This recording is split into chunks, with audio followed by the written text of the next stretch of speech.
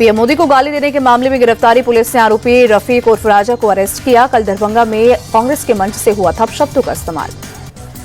राहुल तेजस्वी के मंच से पीएम को गाली देने पर भड़की बीजेपी। अमित शाह बोले कांग्रेस की राजनीति निचले स्तर पर पहुंची। जेपी नड्डा ने कहा राहुल और तेजस्वी माफी मांगे। पीएम मोदी को गाली देना सीएम योगी ने बताया शर्मनाक। कहा घृणित राजनीति करने का जवाब जनता देगी। महाराष्ट्र के सीएम देवेंद्र फडणवीस बोले राहुल जिस भाषा का इस्तेमाल कर रहे हैं उन्हें राष्ट्र नेता कहलाने का हक नहीं।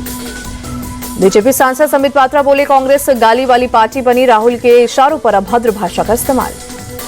उत्तर प्रदेश के उप मुख्यमंत्री केशव प्रसाद मौर्य का बयान। बोले राहुल गांधी, तेजस्वी यादव और एनडीए गठबंधन के नेताओं ने राजनीति के स्तर को नीचे गिराने वाली भाषा का इस्तेमाल किया। केशव प्रसाद मौर्य ने निशाना साधते हुए कहा राहुल गांधी की यात्रा फ्लॉप साबित हुई है, इसलिए ये गाली गलौज पर उतर आए हैं। चुनाव आयोग ने कांग्रेस पार्टी के दावे पर दिया जवाब। कहा कई गांव में मकान नंबर आवंटित नहीं होता, इसलिए वोटर रोल में सांकेतिक नंबर दिया जाता है। कांग्रेस ने एक ही मकान नंबर 947 वोटर होने का दावा किया था। बाराचट्टी विधानसभा के निदानी गांव के बूथ नंबर 161 को लेकर किया था दावा। बिहार बदलाव यात्रा में गया के वजीरगंज पहुंचे जनसुराज के संस्थापक प्रशांत किशोर। बड़ी संख्या में जुटे समर्थक। जापान दौरे पर पीएम मोदी। टोक्यो में होटल में भारतीय समुदाय ने जोरदार स्वागत किया। सांस्कृतिक नृत्य भी पेश किया। प्रवासी भारतीयों ने पीएम मोदी के होटल पहुंचने पर मोदी मोदी और भारत माता की जय के नारे लगाए। पीएम ने हाथ हिलाकर अभिवादन स्वीकार किया। 30 अगस्त तक जापान में रहेंगे पीएम मोदी। जापानी पीएम शिगेरू इशिबा के निमंत्रण पर 15वें भारत जापान वार्षिक शिखर सम्मेलन में होंगे शामिल। जापान पहुंचकर पीएम मोदी का ट्वीट। बोले यात्रा से दोनों देशों के रिश्ते और मजबूत होंगे। पीएम इशिबा से मुलाकात के लिए उत्सुक हूं। 31 अगस्त से 1 सितंबर तक चीन के तियानजिन में रहेंगे पीएम मोदी। चीनी राष्ट्रपति शी जिनपिंग के निमंत्रण पर एससीओ सम्मेलन में होंगे शामिल। पीएम मोदी ने विदेश यात्रा को लेकर सोशल मीडिया पर किया पोस्ट। जिनपिंग और पुतिन से मिलने को उत्सुक। ट्रेड वॉर के बीच भारत का बड़ा कदम। कॉटन इंपोर्ट को 3 महीने के लिए ड्यूटी फ्री किया। एक्सपोर्टर्स को बढ़ावा देने के लिए बड़ा मिशन चलाने की तैयारी। ट्रेड नेगोशिएशन के लिए जल्द भारत आएगी यूएस डेलीगेशन की टीम। सरकारी सूत्रों का दावा। संघ प्रमुख मोहन भागवत का बड़ा बयान। मथुरा काशी आंदोलन का समर्थन नहीं करेगा संघ। कहा लेकिन हिंदुओं की भावना का सम्मान होना चाहिए। भागवत ने 75 साल की उम्र में रिटायर होने की अटकलों को किया खारिज। बोले ना मैं रिटायर होऊंगा न किसी की रिटायरमेंट की बात कहूंगा।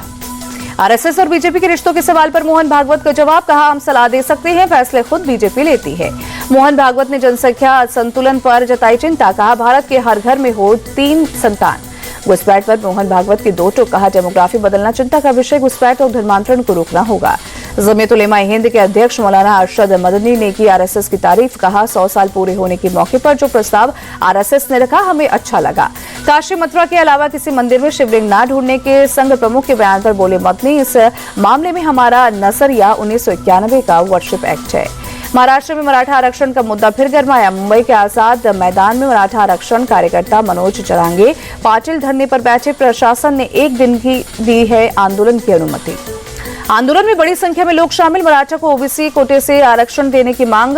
कानून व्यवस्था के मद्देनजर भारी संख्या में पुलिस बल तैनात। नेपाल के रास्ते जैश के 3 आतंकी बिहार में घुसे। पुलिस मुख्यालय से पूरे राज्य में हाई अलर्ट। आतंकियों के नाम और स्केच जारी।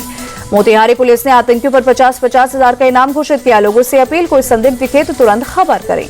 दिल्ली साइबर पुलिस को मिली बड़ी सफलता। फर्जी एडमिशन रैकेट का भांडाफोड़ किया। 1 करोड़ 34 लाख रुपए के साथ 2 आरोपी गिरफ्तार। कॉलेजों में एडमिशन कराने के नाम पर करते थे ठगी। बेंगलुरु में 27 साल की सॉफ्टवेयर इंजीनियर की आत्महत्या। महिला के परिवार ने दहेज उत्पीड़न का लगाया आरोप। जांच में जुटी पुलिस।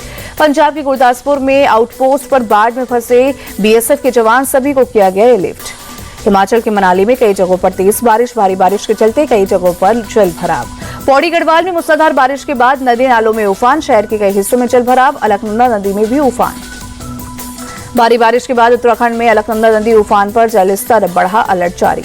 रुद्रप्रयाग में भारी बारिश से जनजीवन अस्त व्यस्त। नदी नाले उफान पर। कई जगहों पर लैंडस्लाइड। कटरा में माता वैष्णो देवी की यात्रा लगातार 4थे दिन स्थगित। लगातार बारिश और भूस्खलन के चलते प्रशासन का फैसला। गणेश उत्सव का आज 3रा दिन। मुंबई में लाल बादशाह राजा के दर्शन के लिए उमड़ा सैलाब। बप्पा के दर्शन श्रद्धालुओं ने आशीर्वाद भी लिया।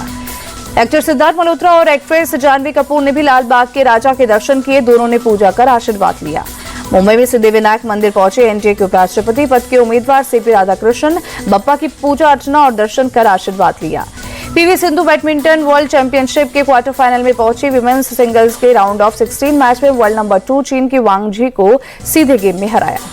मिक्स डबल्स में भारत के ध्रुव कपिला और तनिषा क्रिस्टो की जोड़ी जीती। वर्ल्ड नंबर 2 हांगकांग की जोड़ी को हराया। अब मलेशिया के शटलर जोड़ी से होगा सामना। अनहद सिंह ने स्क्वैश चैंपियनशिप जीतकर लगाई राष्ट्रीय खिताब की हैट्रिक। आकांक्षा सालुंके को हराकर बनी चैंपियन।